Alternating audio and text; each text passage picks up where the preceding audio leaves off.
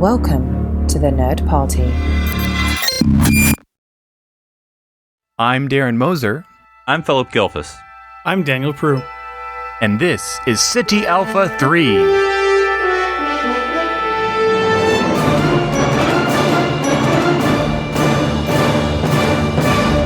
Hello, everyone, and welcome to City Alpha 3, Star Trek podcast here on the Nerd Party Network. I am your host, seated in the center chair this week, Daniel Prue, and joining me as always are my two good 21st century buddies, Darren and Philip. How are you guys doing? We almost lost a century there. Oh my God, right? How's your Star Trek week been going? It's like punching in, the time machine. You're like, what's one extra zero to the time calculations? It can't possibly matter. You don't know anything about the 20th century anyway, Daniel, so. I was born in it. So there.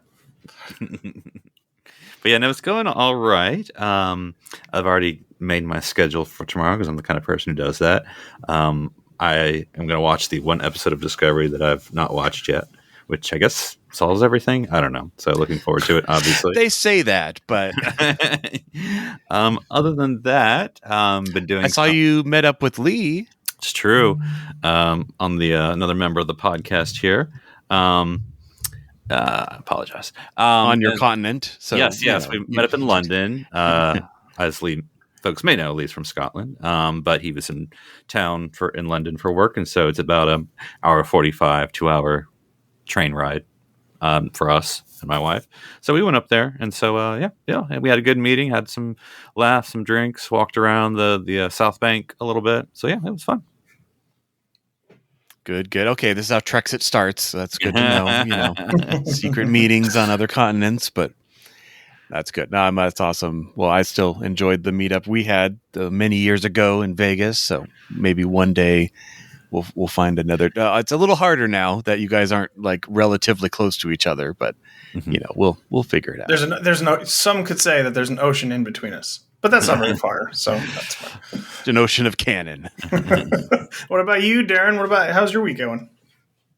Been busy. We're about 60 days from celebration, so Con Crunch is starting to feel real, but things are progressing, and I've been watching a couple just class, that going back to the well, classic TNG. It can just be on in the background while I'm working. It doesn't. I know it backwards and forwards. I'm not surprised by clues. I'm not, scratching my head from cause and effect. That exact episode clues. Okay. Yeah, that exact episode. But Wait a minute. I didn't know Data could dream. What is going on in this episode? But no, it's been good, and and then obviously Star Trek Picard's been enjoyable, and we can chat about that if you like, but it's I like well speaking of cause and effect, I forget if I talked about this on our thread or the general Slack thread at the Nerd Party, but someone was talking about 15 that's in reference to the Borg Queen, the latest Star Trek Picard. Like, that's a random number. What does that mean? Anything? I'm like, cause and effect, TNG, the number 3. And like, obviously that means the ranks on Commander Riker's collar. Well, he's got promoted a lot then since the Admiral. It's like a collar. It just goes all the way around the pips. This is from Star Trek, the world that will put the number 47 inexplicably everywhere. So we're going to complain about 15. So yeah, let's talk about Picard, because it does kind of segue nicely into what the topic I wanted to talk about today was. And remind me, what happens in this episode? Oh, boo. This is episode 3. I've seen all the episode, guys. I can't remember. On California time, you can watch all of... Oh, actually, before we even get into Picard, real quick, side note, since nobody asked me how my week was. It was fine, thank you. I actually used... Sorry, you buried the lead there. So. I actually used my Paramount Plus subscription for something other than Star Trek this week, and I watched the first Halo. I watched the first episode of Halo, and oh boy, is that oh boy good? Oh boy bad? I've been hearing things. It is interesting. It's they've changed a lot of stuff for seemingly no reason. I don't know why. I heard in a nutshell, they're like, we're basically going to tell our own story. We're not placing it in the same universe as the games. Yeah. And apparently that is what people are gonna want. I don't know. Someone pointed out the best, and they said, "Who is this show for?" And Yeah. it's a legitimate question. And I'm like, well, it doesn't seem like it's for Halo fans that have played the games because you have nothing from that. And I don't know if the whole other Venn diagram circle of people who don't play the games is really going to be attracted to this property. So I don't know. Yeah, there's pretty well established canon within the games, and even if you go out of the games, there's lots of novels. I've read a lot of the novels. Yeah. They're nice. And like the lead up into where we are in the story is pretty well kind of laid out, and they're definitely doing something different, like changing characters and stuff too. And to that point, it's like, you're right. This isn't for Halo fans.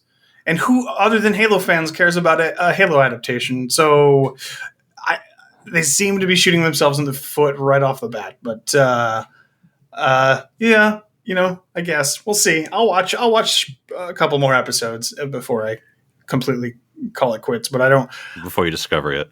Yeah, before I discover it. That's exactly right. I mean, I wonder if it's going to kind of be the same thing with the Rings of Power series, where, again, like I don't remember what that was. Sorry, the Lord of the Rings Amazon series. It's I get having to strike the balance between wanting to interest everybody and include and bring new people into this franchise, but also, like, there's people who love these books for reasons. I mean, how many times do we see books adapted, just straight adapted or not straight adapted, as the case may be, and we're like, hey, that was a great book with good writing, and you didn't use any of it. So I don't know why you made it harder on yourself. So, but isn't that show like set along thousands? Oh, and it's thousands not. And I use that as an example for a property not using what is there, because what is there is what people love, and that seems like a head scratcher. That's what I meant. Not that Rings of Power is. It's not using any of the trilogy material. It is using stuff from the Silmarillion, I think. Looks like I heard about. I mean, again, I'll stop this because it's not our subject. I heard that about Artemis Fowl. That they just didn't follow the books at all for that movie. So they literally just told their own story with the names. And then, it's obviously. Oh, I was trying to think of Aang. Nickelodeon. Avatar: The Last Airbender. Avatar. Yeah. How that movie, which I just didn't follow. Oh well, no, Philip, that's a whole nother level of trash. I know, but still, but yes. Wait, what? Oh, was there a live action movie or something? Or yes. M. Night Shyamalan. I can tell you're live action. Yeah, that's like a big. I didn't know that. I honestly didn't know that. It is. They didn't make a movie, Daniel. It doesn't. It doesn't exist. There is no movie. Oh, I think it wasn't it M. Night Shyamalan or something. Yes. Yeah. Okay. Yeah. I vaguely do remember that. Because I mean, it's not like really bad Street Fighter or Mortal Kombat, because like there's not a story in those. I mean, there is, but I mean, there isn't. It's the characters, which so the movies are not great, but whatever. They don't need to be because they are what they are. But like Halo, I said, it's like you have this great story, and you just don't. Yeah, no. God, can you imagine if they ever try to do a Mass Effect movie and we're like, yeah, we're just going to make it up? There is a scene in Halo that they ripped out of Mass Effect. The scene where Shepard touches the beacon. Covenant. That happens to Master Chief in Halo, which of course this never happens in the actual Halo story. He doesn't like get a vision from reaching into touching something, but he does in this thing. And that scene was like beat for beat stolen from. And when Mass he touches Effect. it, does it go? Oh. So yeah. Anyways, we can move on. It is an interesting topic, and but Star Trek, pure gold, never wavering from source material. No. We'll get into it by three white guys and their complaints. Yeah, I know. Brought to you by. So, but canon issues are real because, like, not that canon has to be the end all be all, but it is like the structure, the frame within which you're telling your story. And if you're telling your story in an established universe or in some sort of a container like the Star Trek universe, you just don't break things willy nilly. Well, you can, and people have. But, generally it's good practice not to, because then you confuse people and they're like, wait a minute, I thought you couldn't do that thing. Hey, I didn't think you could go past warp 10, but I guess now you can, and you turn into a salamander. I don't know. But anyways, that brings us to this week's episode of Picard. But go ahead, Darren. It looks like you want to say something. No, sorry. I just wanted to say, I feel like there's also kind of a difference between canon and lore. Lore, in my mind, lore is like, this is the rules of the universe, And like you were saying, like Warp 10, like is a great example. It's like that's a rule. And when we break those rules, we better have a really good reason and explain it really well, because otherwise it just feels like it's like, I mean, again, not that transporting with badges is a rule, but it kind of like, I don't know, it just kind of breaks things for me. Anyway, that's all I wanted to say is like, I feel lore is an important part of Star Trek and the things that we are told. And it's just always, and again, I haven't started your topic yet. It's the little things, because the warp example, like what immediately comes to mind is all good things. Warp 13, right? Admiral Riker's in the future. Enterprise goes warp 13, and it's just a line. And it's like it just means they changed the scale. It's only because I'm a nerd, because I remember that. But like, it's all good things. It's not something we think about. And so I think if the quality is there, it can wipe away anything where we're kind of like, is that how it usually get? Well, whatever. But if it's not good, then we're like, I noticed. Yeah, it's true. It's Excuse me, true. your warp 13 scale was not correct. I mean, my guess is they just got tired of adding decimal point nines to the end of the warp factor and just said, that's 12, that's 13, and it's proportionally faster. Yeah, it is. It kind of is. But anyways, yeah. So let's talk about real quick. We'll just go into this week's Picard, which was episode 4, called The Watcher. Not who watches the Watcher. I don't show the titles. Doesn't matter. Just say episode 4. That's fine. Well, I had a problem with it because they don't actually show the Watcher, presumably, by the end of the episode. Darren, you can confirm if you want to. Maybe not. That might be spoiler. I assume it's... Remind me how the episode ends. Picard disappears in a space square. With human version of Romulan lady. Okay. But we don't know if she's just like a vision. And Q loses his snaps. Oh yeah, Q loses his snaps. Right. That's actually the he was a jet all the way and no longer. He can't. So what? Yeah, okay. So are you asking me if we see the Watcher by the end of this episode? Next episode. I assume it's the next episode that it's a different character, because it can't be human Romulan lady, because she's not human. Yeah, I'll just do we know who the Watcher is by the next episode? That's the question. Yes. Okay. Because if you're going to name the episode Watcher, we should probably be introduced to this character. Anyways. Remember Spock's shuttle episode? Never mind. So real quick, since you brought it up, Philip, and Darren probably might have to recuse himself. They explain a lot on the Watcher in the next episode. You are correct. Okay. Yeah. Darren will probably have to recuse himself. But Philip, what do you think? Well, when Redacted happened on the Redactor Redact, what do you think is going on with Q? Who's that lady that he was trying to like make her choke on her ice cream or something? I don't know what he was trying to do. And then, well, obviously, it's such a short scene. You have to like read all the heck into it. So what I read into it was that this woman, because was in a corporation, or it's like 5 seconds. So, but she's reading some papers or something, and I just thought like, oh, she's going to be kind of the snowball that turns into the avalanche that changes history. Right. And so I don't know if Q was trying to change her mind, because it seemed like he's like, oh, you think this, but now you're going to think that. She is the snowball. You are right. She is the inciting person. And that also ties in with the Watcher, but they, like you said, they haven't revealed who she is yet in this episode. So, but I think look, it's not causing me consternation, but I think the thing about Q that I always find interesting, and Jean-Luc's reaction to him always frustrating, because I feel like this should be different. Like, it's been 30 years, 40, like it's always in TNG. Picard's like, oh, Q, why are you here? Oh, I'm like, calm the F down, Picard. Can you just listen to, like, I get Q's annoying, but just listen to him for 5 seconds. Did people die last time Q was here? Like, he's a impish prankster. Is it really bad? Worf just broke a lute. Get over it. But I mean, Sorry. That is to say, if we're taking Q as his word, and you never should, but if you are, he's saying it's like an all good thing situation. I didn't do anything. It was what you did. And that's kind of what he's saying here when he talked to Jean-Luc. Oh, you're accusing me. This is your future. Now, I can't tell if it's you, Jean-Luc, or you, humanity. So, no, see, that's a lie, though. Q is the one who changed time to teach Picard a lesson. But that's what makes this scene confusing, because he doesn't have to do it. It's already been done, right? Presumably. I don't know. We'll find out. Are you talking about Q and the girl? Yes, presumably this is where he changes time. Right. So the change hasn't happened yet. He is in the process of changing it. But he fails at it, even though he's already succeeded at it, as we've seen, because the timeline changes. Oh, which Q is this? I mean, Q obviously exists outside of linear time, but if we're going to be linear about it, so think of it this way. We met Picard last time. So think of it this way. This is Marty McFly. You've gone back in time, and you haven't changed the past yet. So that's probably a bad example, but basically, this is past Q.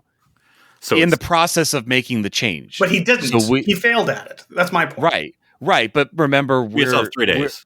We're still not to the day that actually everything. Okay, he's in the process of the change. But not imagine it's like a Wile E. Coyote Roadrunner situation where Q the next 3 episodes trying to make the change, but the anvil falls on him, and then he has to go the next time when he paints the entrance to the cave. You're expecting Q to just be like, boom, here's the change, and it's more of a process. I thought it was going to be like, boom, here's the change. Now we have to undo it. But okay, that's fine. If you're saying we have not hit it. We've not hit they get back. They get there before the change has happened. Okay. That change hasn't happened, but Q is actively trying to make that change happen. So it's weird. It's just weird. Like that. The presentation of Q is weird because he's sitting there in the restaurant or whatever, and he's just talking to himself. Yep. Like, and I'm like, what is happening? Like, he's obviously there's something wrong. Major stuff's going on with Q. I don't really know what's going on with Q, but something's. I'm hoping they'll explain it. But like, Q's got problems. Yeah, but like,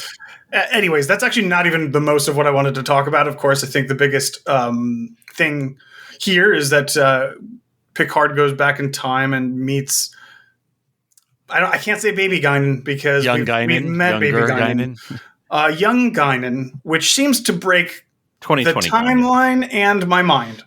So it's probably what every Star Trek podcast is talking about this week. I know. This is my quick thing, and you can. I mean, this is my question because I'm assuming the answer is no, but I'll ask it anyway. Darren Oracle, that is Darren. Is she in the next episode? Is she in any episode that you've seen, other than the one that she's in? Yeah. Because it seems like she wasn't going to be. Well, this is my question. It just seemed like because at the end of this episode, she gets him to the park bench and he disappears with the lady. Then she yeets out of there. Yeah, I don't recall. I mean, the fact that I'm probably trying to. In other words, remembering. Yeah, I'm finding why they needed her. She might come back, but I don't recall. Like you could have cut her out of this whole episode. Yeah, I don't know why this happened. And the coordinates that Borg Queen just sends him to the wherever he was in LA, and then like he gets that whole crazy eye thing. Like, I have no sense of the guy. They just like killed 30 minutes with Guinan. And I'm like, what was the point other than to have her? As I think the best thing that sums up seeing Guinan in the past in the same bar is the fact that if you think about it, oh god. This means that Guinan founded a bar in number 10 on Forward Avenue and then by chance happened to work a bar hundreds of years later on 10 Forward.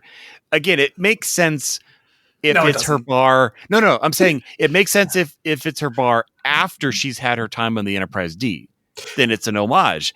But by saying that she had this bar before her time in the Enterprise, then it doesn't make any sense. Let's be clear, though. It makes sense if it originally what everyone thought was that case was that she did her time on the Enterprise and then she named her bar after the bar at the Enterprise. Or she found a place called 10 on Forward Avenue and said, I'm going to make this bar. That totally makes sense. That makes sense, but it was still dumb.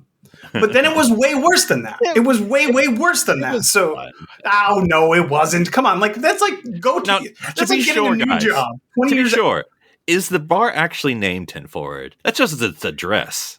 Yeah, it's just its address. But I mean, it's name the bar 10 Forward. That'd be crazy. I mean, it's not a coincidence. like I said, I'm assuming. No, it's a coincidence. I'm assuming Guinan said, where's I don't know. There was a better lease on 12 Main Street, but the frontage was better on 10 Forward Street. So can we because I'm assuming the only other canon information we have about the early relationship between Picard and Guinan, and I'm saying assuming because I've only watched this episode a handful of times, is of course the terrible Times Arrow. But what did you say? Do we from that episode? I guess I never got the impression that Guinan was on Earth the whole time. Like, she was on Earth at that time, but I didn't expect her to be on Earth from that time forward. I guess she is. This is kind of establishing that, or at least that she came back. Yeah, well, she seems like she wants to leave, at least in this episode. But whatever. Yeah, I hate it. Yeah, I mean, and not to dig into it, but we are. So I'm trying to remember, because I don't know off the top of my head. I can't yell for my wife because she would know this. But Mark Twain is what, 1890s, hereabouts, thereabouts, 1880s, 1890s? Because this is my question. I mean, like, Guinan in Time's Arrow, which I know Daniel was wanting to talk about that now. I don't know how long she was on Earth, but if I can posit, I think that Earth was... I'm not saying things are perfect, but I think the Earth in 1880 probably saw a lot more horrible things than she saw in, 2020. That doesn't fly with the commentary narrative we're spinning here in Star Trek. So no, it's the worst time is now. Yeah, because I mean, like, she's still saying, remnants of slavery and like real, and then it's just like, I mean, if she was that upset, which I'm saying she should be, that's fine. But why wasn't she so upset enough to leave in Mark Twain's time? Is what you're asking. Because she seemed to be at parties or any other time between World War I or World War II. Any other time, like there've been plenty kept saying it'll get better next millennium. This isn't certainly the worst period of history ever. Yeah, on that sliding scale. I just it also I just don't get it, man. Like I don't get why she doesn't know who he is. Well, I understand it, but I mean, they agree. kind of tried to draw it out in a timeline, and it's been officially said like this is the reason why. Honestly, personally, it doesn't still make sense to me. I don't get it. But I think, and again, we're probably saying everything else I said because they did two things in this episode. One was Guinan, which caused someone to scratch their heads. I mean, even I was saying, like, how does she not know him? Thinking like, well, it'll be explained later or something. And then I go to Twitter and they're like, oh no, this is why. It's obviously this. And I'm like, I mean, it wasn't obvious, but okay. I mean, that was because then I would accept people who critique. It's fine if you're going to do that, but then you have to make a line about. Yeah. Well, I think they tried to explain it. Basically it's a grandfather paradox, which is the problem. But then the second part is like, that's fine. I mean, in as much as it is, but then they did Bus Guy. So now if you're going to do Bus Guy, who is making some reference to, and you can read into it what you want, but we would read it into, oh man, I sure remember that time in 1987 when I got nerve pinch for playing that song. Well, I'm like, wait, okay, hold on. So if the future never happened, how did he experience? And then people have to be like, so what, was it evil Kirk that went back in time? That's true. You can't have it both ways. You can't have both those characters there and explain one away. I will say they're not necessarily saying with Bus Guy that that the actions he is committing is because of his inexperience with Kirk. I mean, we read into that. That is definitely implied. That is definitely implied. Well, no, it's an applied homage, which totally makes sense. But I didn't get the sense of like, why does he rub his neck? Yeah, well, that's true. Yeah, it is. He does. Listen, that Bus Guy cameo was the laziest piece of like, and it's so weird because it's like no one cares about that Bus Guy. Everybody loves Star Trek 4, Daniel. You have to reference Star Trek 4. It's in the rules. Well, that was like, and I'm not the guys. I mean, I'm not. Nothing against the guy. But actor, actually he's a producer or whatever he is. But anyway, like if you had listed like, okay guys, we're gonna go back to 2024. Beverly Crusher. Not putting her in this story, but Bus Guy. Well, I was like, Bus Guy. Picard's going to 2024. Here's a list, and you'd make a list, 50 things. We'll pick one, just whatever fan servicey stuff. Whatever, what fan service stuff. I mean, it's gonna be like 10 seconds. But you listed 50. Bus Guy would have been like 1,100. And like nobody. He wouldn't have showed up on the list, man. I would rather see the whales than to see Bus Guy again. They just go by the Citation Institute and be like, what their LA branch? Because George in San Francisco. Here's the thing, too. Bus Guy's wearing I don't know if whales live that no. Bus Guy's wearing the same clothes. He's listening to the same damn boombox. Like, are you kidding me? This has been 50. And he's still taking public transportation. He's still whatever. I mean, that's fine. He couldn't afford to live in San Francisco anymore. That's not even arguable. I get that. Yeah, that's why he's in LA. I get that. Yeah. It was just so lazy and dumb. And man, oh man, please don't do that again. Personally, I didn't mind it. I felt it as a fun reference, but I get what you're saying about of 100 references that they could make. It is kind of a dart at the board. But I think you can't have both. That's my argument. Because if you have, hey, it's the bus guy going like, I sure remember, but I have Guinan who's like, I don't remember at all. So I'm like, well, wait, which one is it?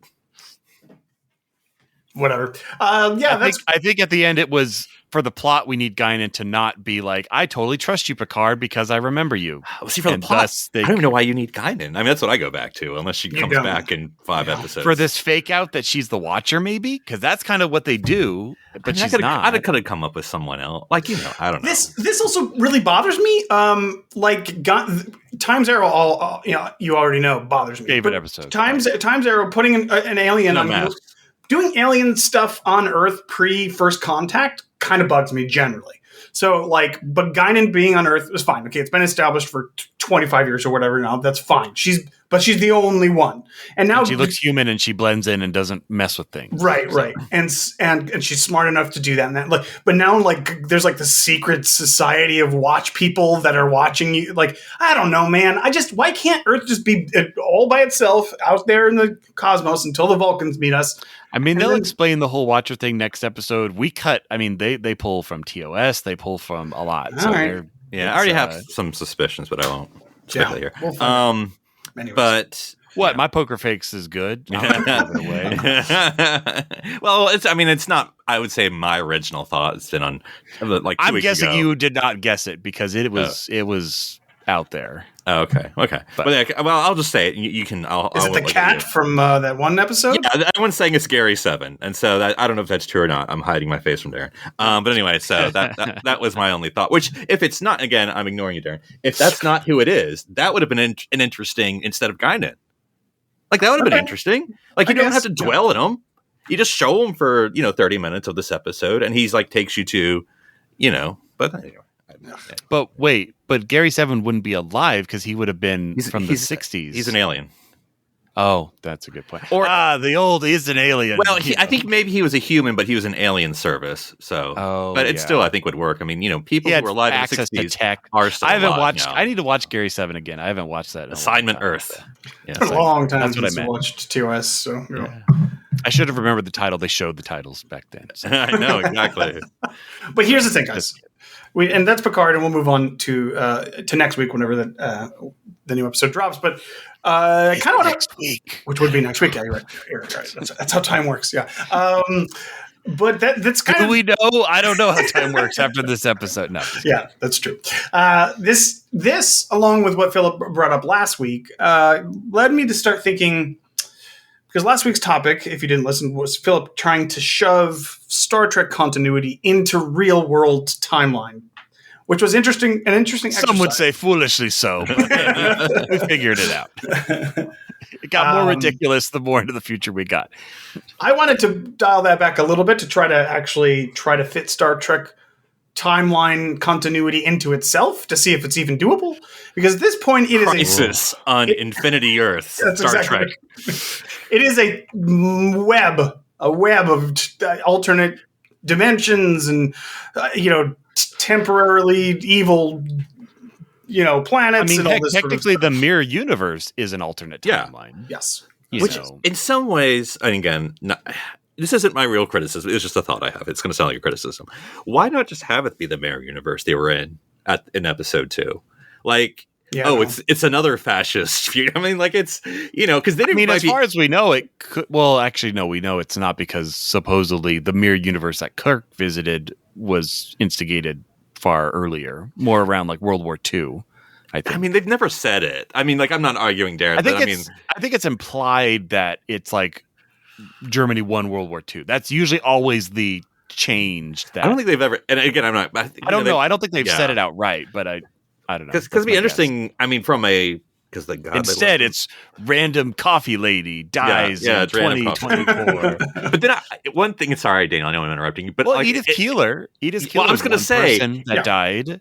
Isn't it so sad in a way that we can't go to that nice mirror universe where. Well, any butterfly effect at any time in Earth's 20th century or 21st century ceases the Federation. Like if you touch the timeline just like You're that, anytime they travel back, like they lost contact with the Federation. Well, can't reach the starship anymore just because someone crossed the street. I'm like, God, that human utopia is not. I don't think we're gonna reach it, guys. If it's that fragile of a. It's all fascist. I mean, like, yeah, Federation or fascist. Mirror We only had universe? room for the F key on our board, and that was it. It's like in Avengers, there's 15 million scenarios where we lose in one scenario. Is the prime timeline. And every other future is fascist Earth. Yeah. I think that's it. Yeah. It's either Star Trek, fascist Earth. That's it. Those are your two. Or, I mean, there is that one that Q told us where it's like we didn't evolve from the primordial ooze because of the spatial rift. That's right. It's just nothing then. It's a Maybe rock. that was fascist, primordial ooze. I don't know. Was it wearing some leather boots? I don't know. I didn't. Had a goatee on that rock. A sash, a black sash. Oh no. But not specifically. I mean, although we'll talk about that, but alternate universes isn't specifically what I'm talking about. I actually want to kind of establish The timeline as best we can. We're not going to go through every little detail. Not like every time somebody goes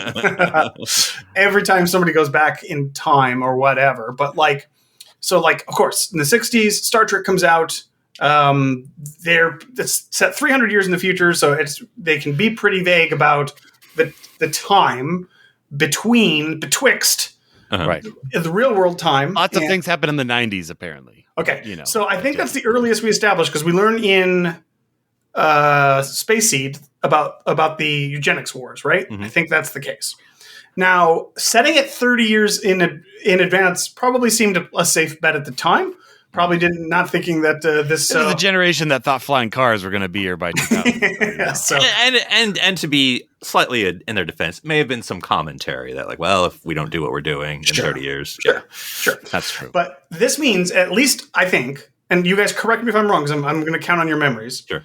Up until at least, I'm going to say the first big split between actual real time, our time, and Star Trek time would be the 80s, would be maybe Star Trek 4, would be when things first shift, but definitely by the eugenics wars, our future. I see what you're saying, yes. You know what I'm saying? I'm not quite seeing what you're saying. So you're in saying, other words, the Star Trek timeline and our timeline, when did it really no longer fit? The historical documents don't match up anymore. Okay, when Kirk went back in time were we missing any whales in the 80s? I see. So when Kirk went back in time to the 80s, it still looked like the 80s. Our 80s. Then I would say Voyager goes back. Are you looking for the earliest or the most recent? Because Voyager goes back because Voyager may be on another timeline, is what you're arguing. This is the problem with Voyager because it's fictional what we see. Yeah. Whereas in Kirk's time, I mean, there's nothing that looks wrong. I see what you're saying. Right. So I see, because in Voyager, ChronoWorks is not a real company. There are things that are fake that don't. There's also a bigger problem with that because. Again, this is supposed to take place in the midst of the terrible eugenic wars. We get zero reference to that in the episode. That's my point. Man, we got to go back and do that Voyager podcast. Wait, what did they have in 1996? That's also kind of true in Star Trek 4. Why wasn't Kirk worried that those wars are right around the corner? See, that you can kind of give it because they're there for a weekend in San Francisco. You could probably just say, they didn't encounter. I'm highly confident we'll get out of this time with our time machine cloaking bird prey. Yeah. So I don't think that's a big. That's why I think Star Trek 4 is probably the last point in actual history, and Star Trek history would be aligned. I bet you, I'm gonna claim it unless that you guys we've seen of actual history, right? So then post Star Trek 4, the 90s hit, the eugenics wars hit. We have space travel. We went all over all this last week. Hold on. I have to pause for just a second because I watched the episode probably 2 months ago. So in Futures, and don't they say that LA, half of it's underwater in the future? Or am I making that up? I don't remember that. No, I don't think they do. All right, so go ahead. Or I see. You mean in Star Trek time, in the future, they mention half of this is underwater. They might. Again, probably commenting on. But I'm trying what year they would have said, because in 2020 it's. I don't know if they said a year, but maybe they did. Okay, sorry. That's fine.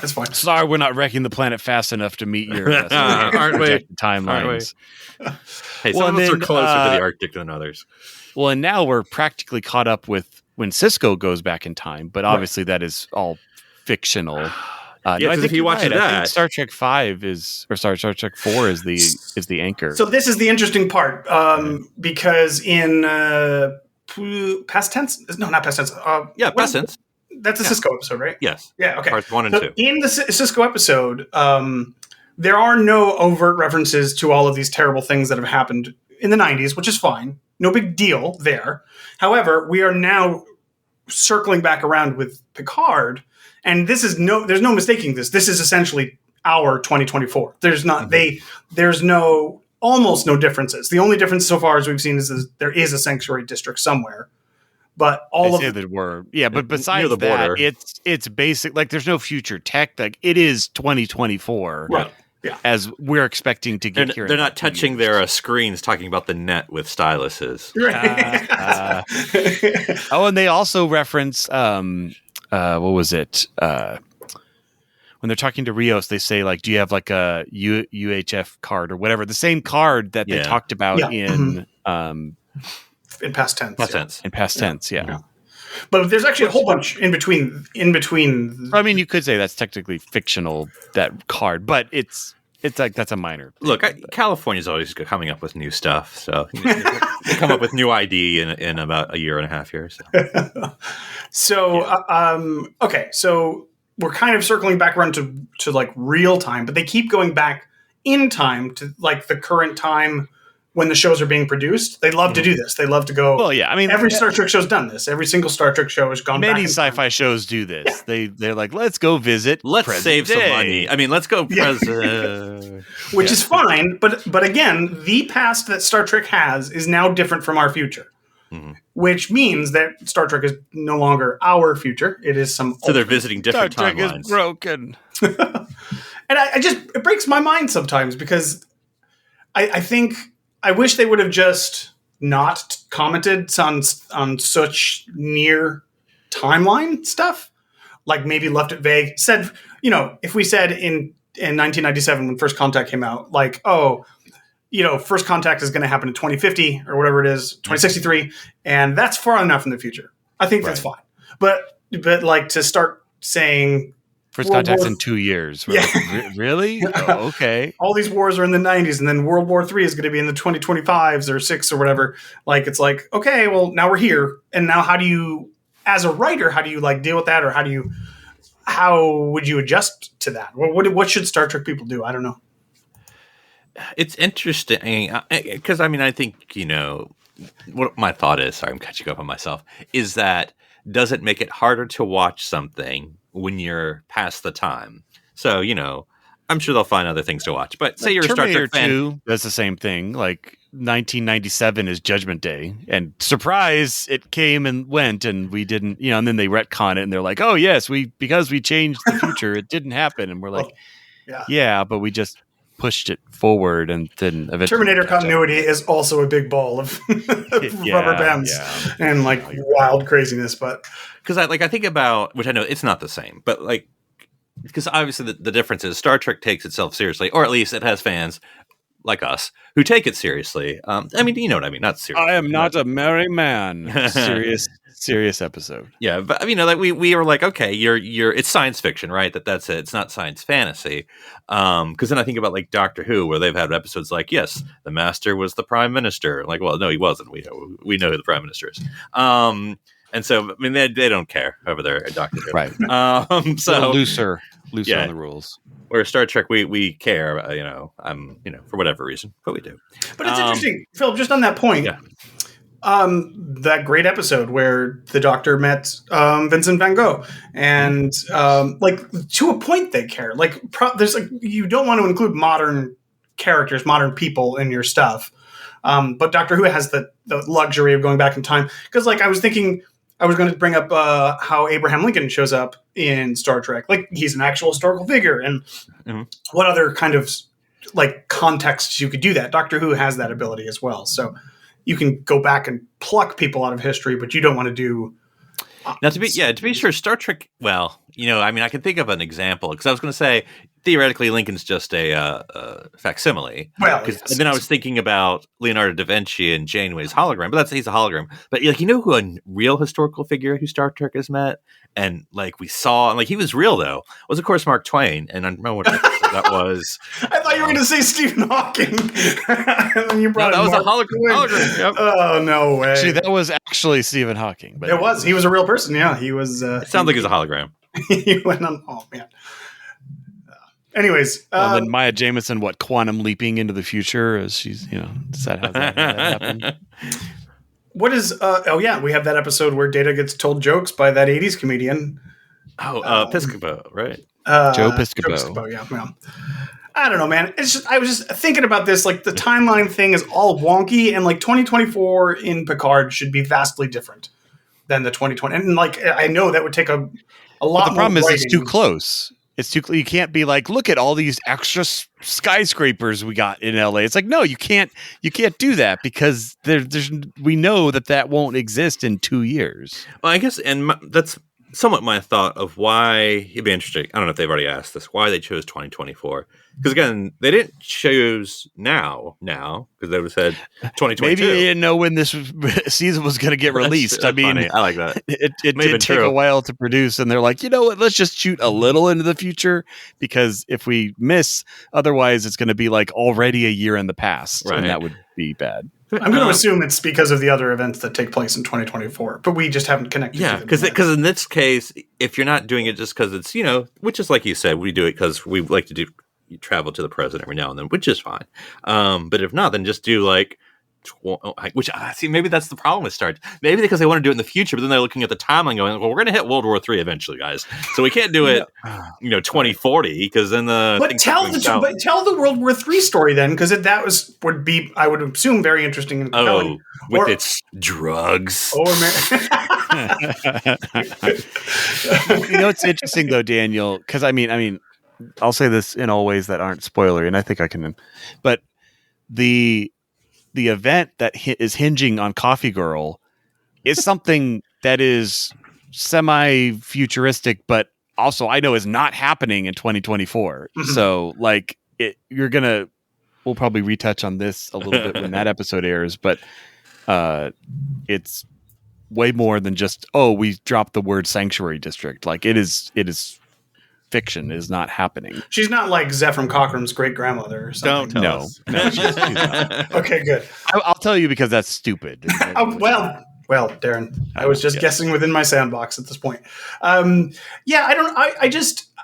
know, man. I think Star Trek should. Here's the thing about the way Picard's handling it too, right? Because Picard is doing a double whammy. It's doing alternate past and time travel. So sorry, alternate universe and time travel. So they're time traveling within their alternate universe, but still going to the original past. I don't know, man. Look, I don't remember if the Borg Queen has given the sports almanac back to her past self yet, but if she has, then we got to get it away from her before she assimilates 2020. That's literally what it feels like. It feels like Back to the Future, where like it's the same thing kind of happens in the second one, where Biff goes back in the past and gives him the almanac, the sports almanac, and yet somehow is able to travel back into the current future with the DeLorean to give it back to them. But time has already changed. Yeah. I don't know, man. It doesn't make any sense to me. Why did we even go into that alternate future if we're just going to go back before it? Whatever. It's fine. Okay. Also, I mean, again, I don't care. I'm just, if we care, if you don't care, you don't care. If you care, you care. That there are theory that if they change time, or if they if they fix it and go back to the regular, that Elrond will be alive. I'm like, that is some dodgy temporal physics you're doing there, buddy. Okay, I mean, well, because I think they're implying that by fixing it, then it never happened, which means they never went into the past, which means they never. I don't know. It's very grandfathery.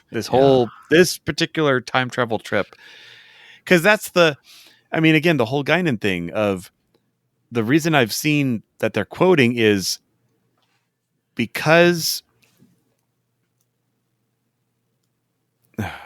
It doesn't make sense. It doesn't. Nothing makes sense about it. And here's the thing about time travel stories. Like, oh, sorry. This is what it was. It was because the future has changed. That means currently in this timeline, the future is fastest future, which is weird because that means we have already changed it, but we haven't. And because it's fastest future, we never have time zero, which means we never go into the past, which is why he doesn't know her. But that doesn't make any sense because as of this moment in the story, the future hasn't been changed yet. right. Which means that the future is the good future, which means time zero has happened, which means that she should know Picard. Like, it doesn't make sense. None of it makes sense. I think it's very probably grandfathery. It's probably intentionally difficult to understand, or whatever. Yeah. Well, I know. I gotta say one more thing about Guinan. So the whole like space time sickness, like if you talk about What things, was that? well, here's the problem. I'm thinking, well, one, it's rare, I guess, that you're going to encounter someone that you know from another time. But also, like, what if Picard just says, like, hi, Guinan, and she throws up? Because I'm sure in the future, he says hi, Guinan to her. And it's a phrase that, by your rules, re-saying things that you've said to me in the future makes me sick. And I'm like, so like common every day, like, how's it going? You know, is that enough? Or is it life-changing conversations that matter? Like, by the way, I really want to be in the writer's room when they're like, okay, guys, so for, I don't exaggerate, 20 minutes. For 20 unfortunately, minutes, time's arrow exists. So how do we work around this? they're like, for 20 minutes, Picard is just going to spin his MF and wheels with Guinan. They're just going to go back and forth, just 20 minutes, just back and forth. But we need a way for her to believe him. But he can't because he doesn't know her. I'm like, okay.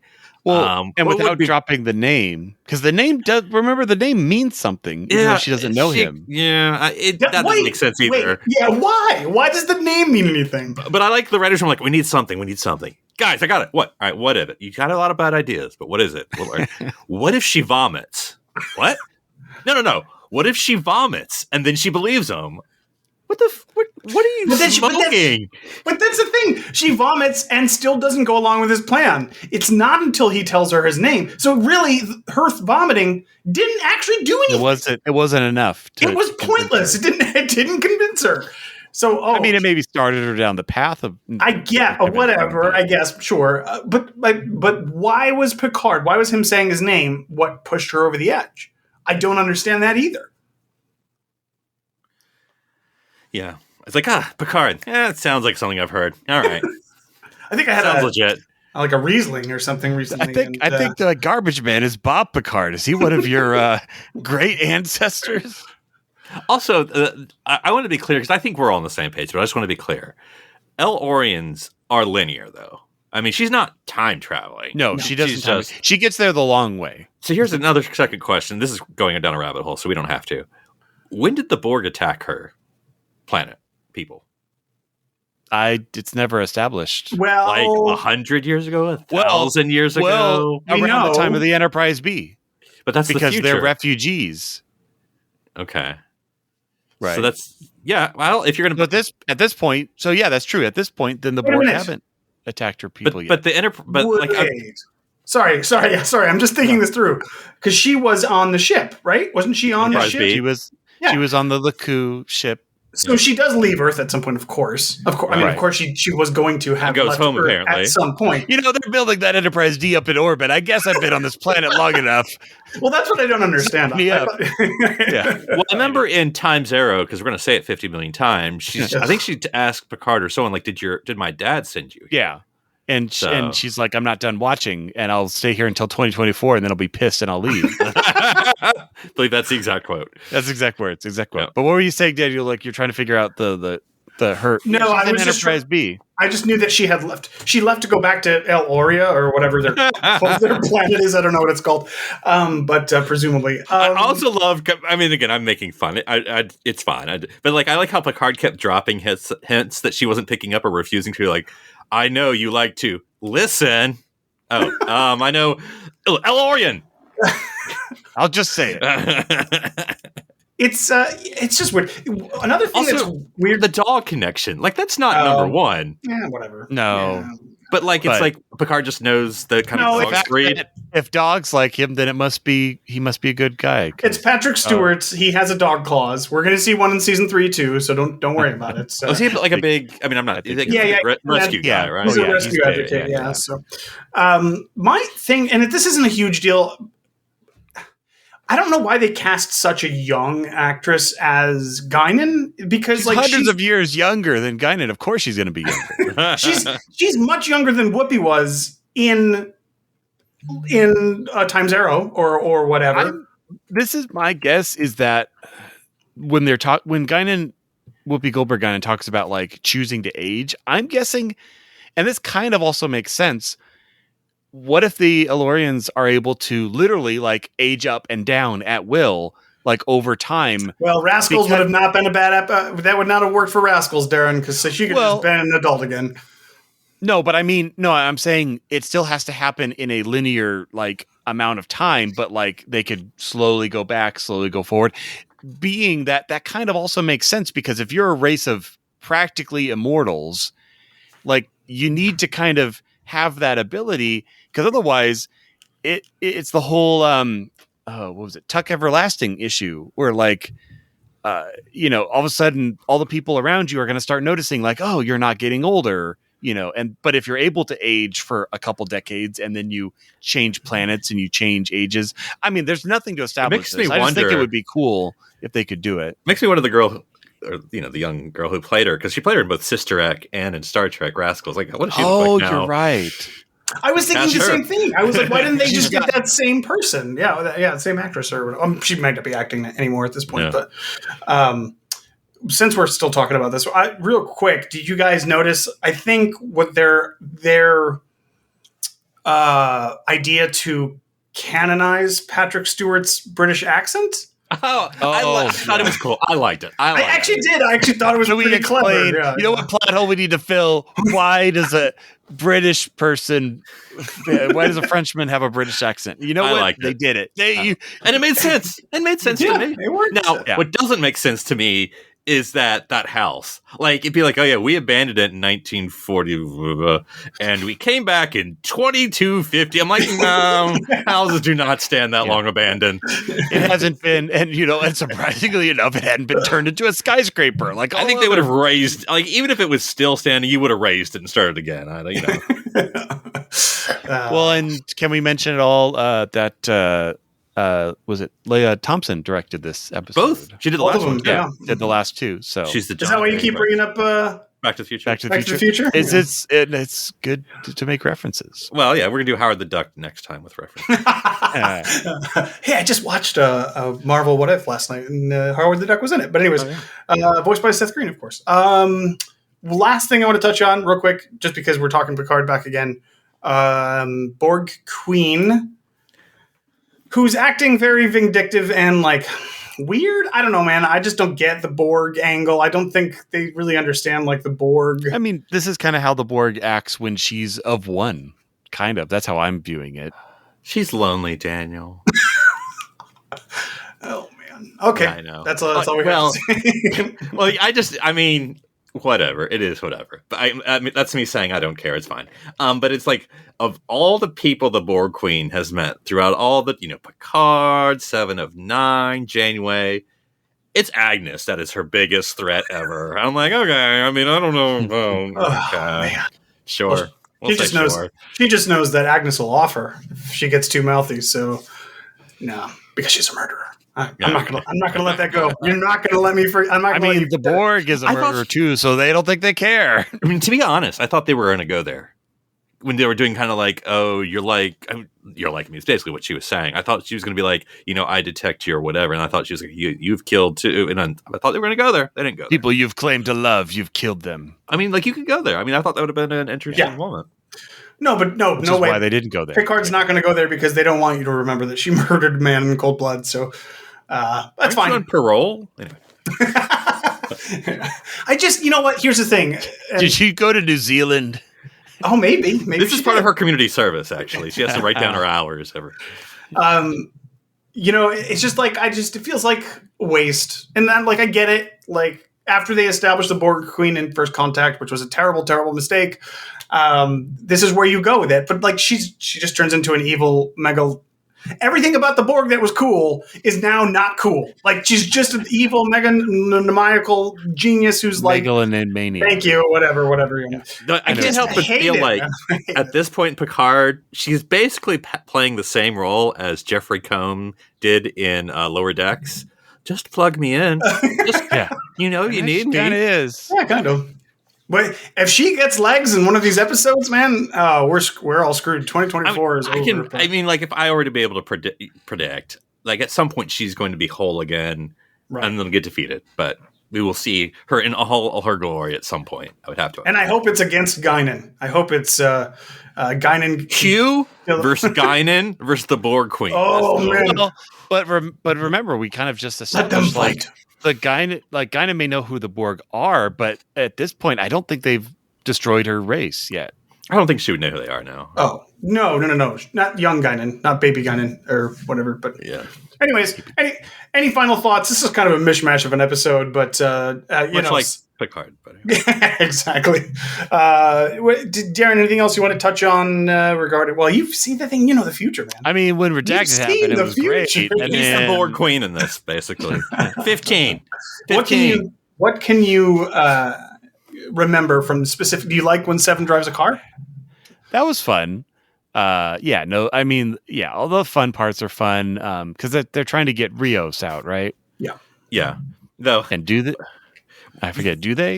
No, he's on the bus. He's on the bus. Yeah, that's right. It ends with them in the bushes, and they're like, we're going to have to hijack this bus, change the timeline, but we're going to destroy this bus or whatever. I'm just picturing because this scene has been done a few times, but I'm just picturing like fugitive or something. It's sliding sideways, jumps out. We know real quick about that. The security guard that zapped Rios, he's going to get his comeuppance because Rios told him the whole story. Hey, I'm a captain from the 24th century. That was really funny. And he's got, so at the truth sounds stranger than anything I could make up. So I'm hoping that he's going to get Rios is going to get to zap him back or something. I don't know what, but also, sorry, I know we're wrapping up here. I just don't know her name. The woman, the doctor woman, Dr. Rios' friend woman. Like she seems like a very nice, character and actress wise. Like I hate that if that's it. I just feel like, okay. I get it. It's weird. I'm getting major Jillian. Does Rios want to stay? Like he's kind of like, I don't know. He's being a little injustice. Too. Yeah. Oh, that's true. Yeah, I for people who look like him, Yeah. One thing about Rios is that we saw Rios in season 1. And then I thought in episode 1, season 2, we saw kind of a different Rios because he was Captain Rios. And so he's grown. But then as soon as he took off the uniform, he's back to season 1 Rios. Because I'm like, he kind of is. He's a Starfleet captain now. Like he should not be as there's no Starfleet right now, Philip. We can do what we want. But he should be the caliber. Until we bring it back, no rules apply. And to be fair, he's also suffering from a concussion. Well, so he's not exactly his best. So I don't know, man. Like to me, he's the best part of the show. Like, he's very sweet. I like how he can use his natural. Well, I don't know I forget where he's from originally, but anyway, that fact that he can speak. The actor or the character? Actor. Oh, okay. But that he's introducing some more diverse elements, and that he is placed in an area where people who sound like him and look like him are facing. And so I think it's cool. We haven't got any cool holograms yet, but that's all right. Well, there's none in the 20. I know. 22nd century or whatever that you know of. Yeah, that's fair. All right, I guess we'll wrap it up there, and we will catch up next week when more new Star Trek. So there you go. Just one. Yes. Oh, that's a halfway point because Discovery's over. Discovery's over. It's halfway point to There's no overlap until we get to the next one. What is coming out? I think there's another overlap at the very end of Picard. I think it's Strange New Worlds. It's Strange New Worlds already? Wow. Man, time keeps moving, huh? I'll have to look at that. That's fine. All right. Well, catch us here on the Nerd Party. Philip, if people wanted to get a hold of you, how would they find your favorite Star Trek thing? I can't think of anything right now. My favorite Star Trek thing is that Star Trek is our future, and it makes sense that it's our future. It's just a series of dominoes at this point. They can find me at NC Public Servant, so they can know which next phase of the timeline we're in to get to our Star Trek future. And Darren, if you could only pick one of the alternate timelines, and it can't be the mirror one, which one would you pick? And how could people get a hold of you? You can go to drsci-fi.com, and I will pick always, I don't care what you say, In a Mirror Darkly. Best alternate timeline episodes. It completely stays over there. We don't have a, what moral conundrum would our good, nice characters have to? Nope, we're just going to live in this fascist state and kill people, and it's going to be amazing. And if you want, yes, it confirmed Stranger Worlds is May 5th, and that will May start 5th? right after Picard. Right after Picard, there's no overlap? The May 5th is the there is. overlap. Episode 10 and episode 1 overlap right there. Gotcha. Perfect. We're going to be busy that week, so catch us here. You can find me on Twitter at OneUpDan. That's the number one, not the word.